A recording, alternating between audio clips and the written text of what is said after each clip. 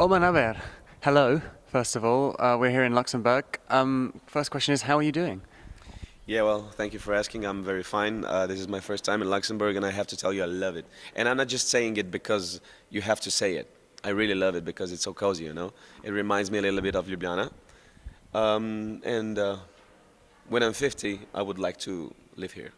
I really like it, yeah. What reminds you of Ljubljana? The bridges, the water, To be honest, maybe the coziness, you know? It's really compact and nice and really, how would you say that? The weather seems kind of nice, you know, and it's not like a very tight city, you know, you have to watch for every red light and everything. It's kind of loose, and it has all the cafes outside, and you can smoke, and you can have a drink, and you can have a beer or something like that, to take your time, because I live in London now, and nobody has time. Everybody goes around, everybody's in a hurry, so I don't like that at all, you know. what made you move to London? Music, actually. Yeah, but you know, it's not that I expect anything because it's so hard. Because when you come to London, and if you want to be a musician, and if you want to make it through the like show business world, you have to be a. You don't have to be a musician. You have to be a businessman, you know. And I'm not a businessman. I'm just trying my luck, you know. I just go around. I just go from place to place, you know. Like meeting people, making connections, making some open mics, festivals like that, you know, and I'm just having a great time. I'm hanging around. That's it, you know, for now. Now, most Eurovision fans will remember you obviously from Kiev, from Yeah. singing there. What was going through your mind before you stepped out onto the stage on the semi-final night? Oh yeah, yeah, I remember now. Yeah, and I felt kind of ridiculous because oh my God, what is this now? You know. And I was actually inside myself. I was laughing. You know. Like, so what is this? Like 4 months ago, I was no one, and now I'm on this big stage. You know. Um, and to be honest, I don't think that I have made my best shot. You know, if it was today, I would prepare myself much more. You know, I would take it with much more responsibility. Though, don't get me wrong, I think my entrance was quite good. You know, but I think I would make it even better now.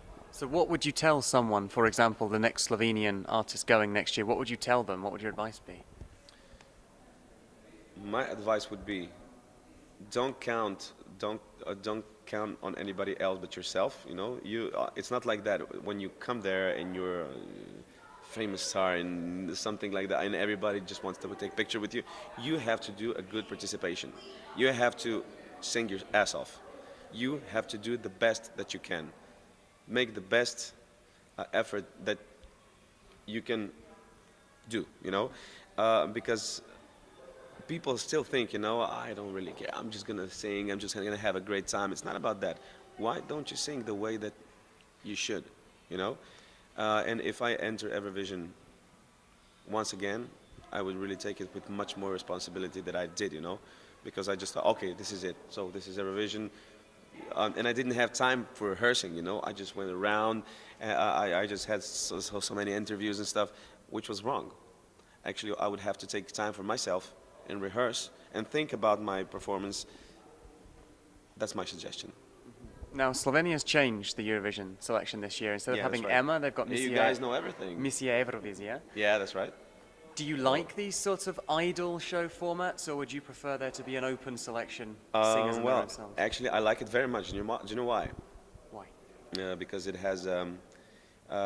gives the young people opportunity to show themselves, and I like it for another reason. They use Emma and they use Eurovision not only for Eurovision itself, not for the gathering only of Eurovision, but to showing these people uh, off, you know, like to represent themselves, you know, and to pick somebody who would be the best by the voters and by the judges, and to make the best possible entry. Though I don't think it's going to make such a difference in the end, you know. Um, I think it's a good thing. I think every change is good because you cannot just hold on to one thing because that's how you never know how would you do otherwise, you know. So I like it very much, and I like it because there are so many good singers around in Ljubljana, in Slovenia these days. I didn't know. Like, there are so many better singers than 15 years ago, you know? 15 years ago, everything in Slovenia sounded not bad, but kind of ethnic, you know? Really Slovenian.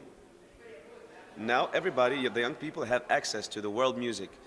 They can listen to everything that they want. They can actually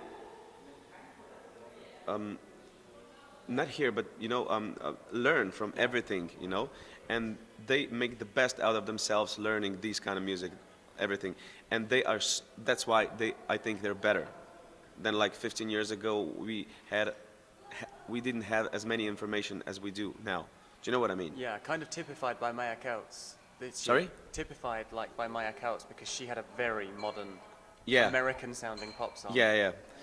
And now these days, I think it's a good thing, to have so many people, so many singers participating at like something like Miss Eurovisia.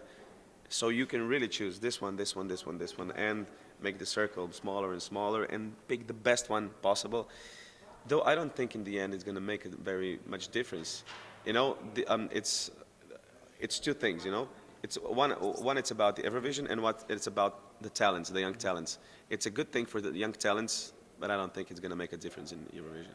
But it doesn't really matter. It's a good show. It's about having fun. That's what we want. Do you think it will attract good songwriters?